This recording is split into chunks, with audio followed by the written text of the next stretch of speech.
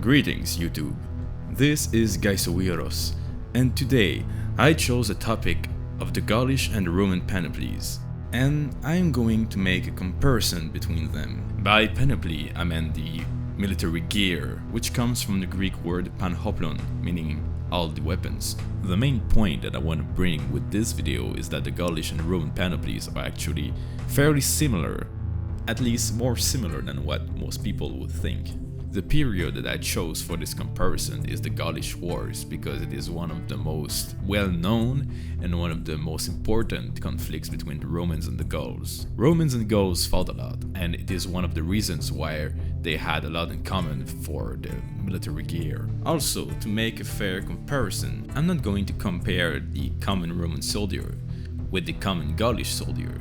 The common Roman soldier was a professional soldier, and we can only see this kind of life amongst the Gaulish nobles. The Roman army was a wealthier entity, and the soldiers were better equipped in general because of all that wealth. I want to compare the best Roman military gear with the best Gaulish military gear, and this is why I'm going to compare the Roman legionary with the noble Gaulish warrior.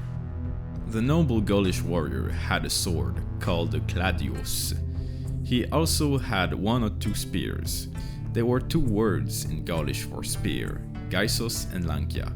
Gaisos could have meant also a javelin, and lankia maybe was only for cavalry. In fact, lankia gave us the English word lance, coming from the French word lance.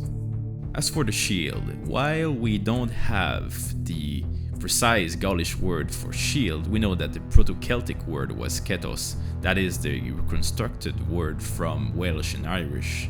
Words don't change a lot between Proto-Celtic and Gaulish, so it is possible that sketos was simply sketos in Gaulish, but that long A sound could have become two vowels, so in Gaulish it might have been pronounced kaitos or skautos. We just really don't know. The Gaulish shield was most often oval and flat, and had a center boss, a metal boss that was either more round or rectangular on the horizontal side. While it is not shown here on the pictures that I've chosen, a unique feature of some Gaulish shields was called the spina. It was a piece of wood, vertical piece of wood that went on the middle, probably to reinforce the shield and make it harder to break. A noble Gaulish warrior would have worn a mail shirt with additional shoulder protections, because shoulders must have been a very common target in battles. The helmet had cheek pieces to protect the face better, and it was open in the front, not to interfere with vision. A cloak was also worn, and it was called a sagon. It could have been worn around the neck like on the picture to the left, or over the shoulder and tied to the side. Here we can see some archaeological examples of the Gaulish panoply. The long metal pieces that go across in the middle are the swords. They are long and one-handed. We can see on the top left a sword that was ritually killed. Not shown here are the scabbards that were made out of metal and were fairly minimal, but we can see the chains that would have held the scabbards. The twisted sword on the top left is a sword that was sacrificed for religious purposes. We can see to the top right of the picture the somewhat rectangular pieces of metal that would have went in the middle of a shield. These, along with the spina, the vertical wooden piece in the center of the shield, would have made it really resistant. Celtic helmets were found of many different types, but they all share the cheek pieces, the rim in the back of the head, and the somewhat conical shape with a spike in the middle where feathers or hair would have been attached for aesthetic purposes.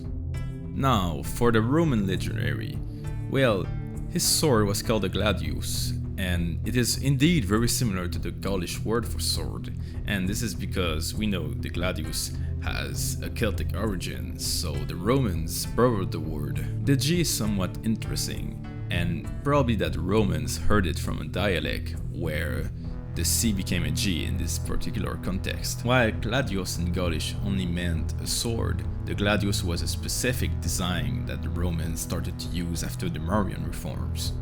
The Roman javelin was known as the pilum. It was a weapon unique to the Romans.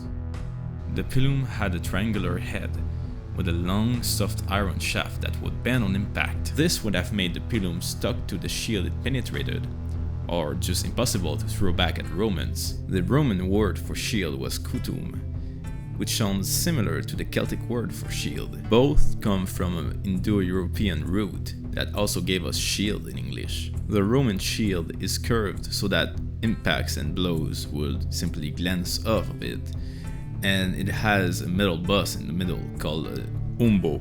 Two kinds of armor were available to Roman legionary, either the lorica hamata, the mail armor, or the lorica segmentata or laminata, but the lorica segmentata wasn't known during the Gaulish Wars, so for this comparison we will use only lorica hamata. It was a mail shirt with additional protections for the shoulders, so very similar to the Gaulish one. The Roman helmet had cheek pieces and an open face, just like the Gaulish helmet, but it had additional neck protection and a reinforced brim on the front.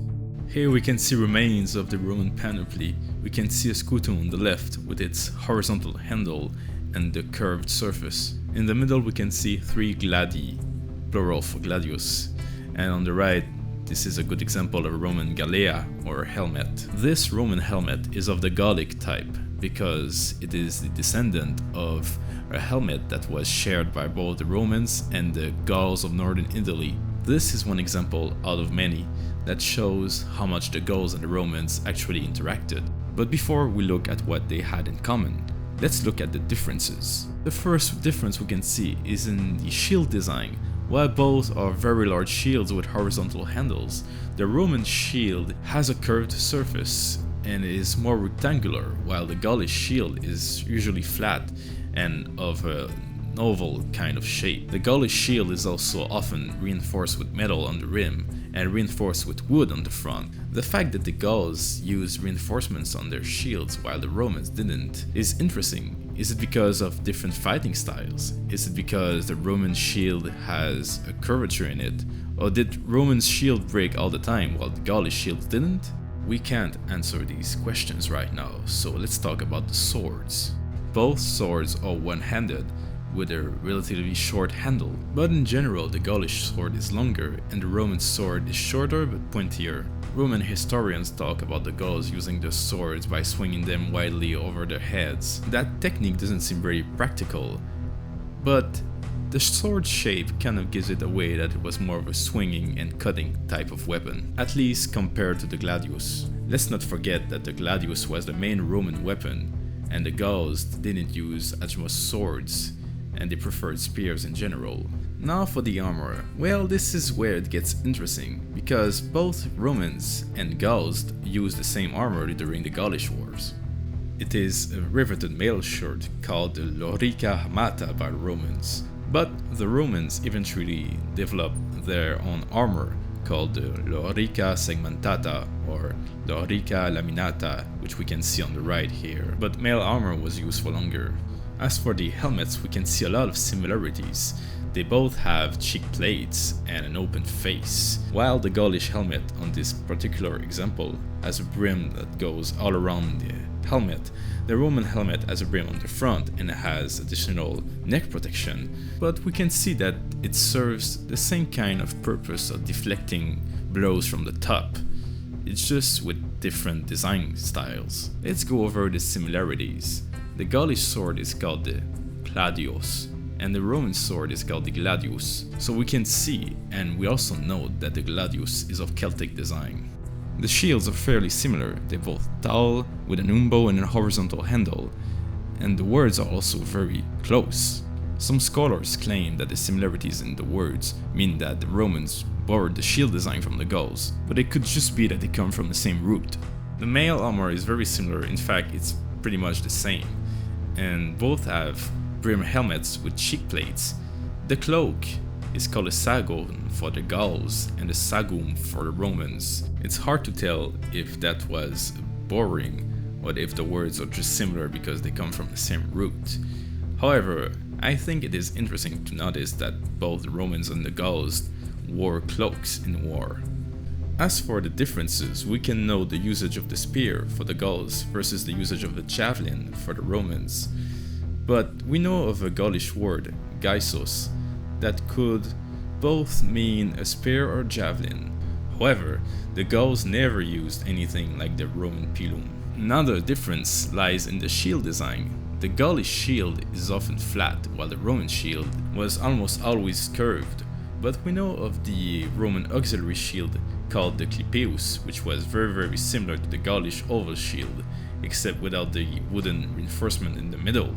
Next, we can notice the difference in the length of the swords. The Gaulish sword is much similar to the later Roman sword called the spada.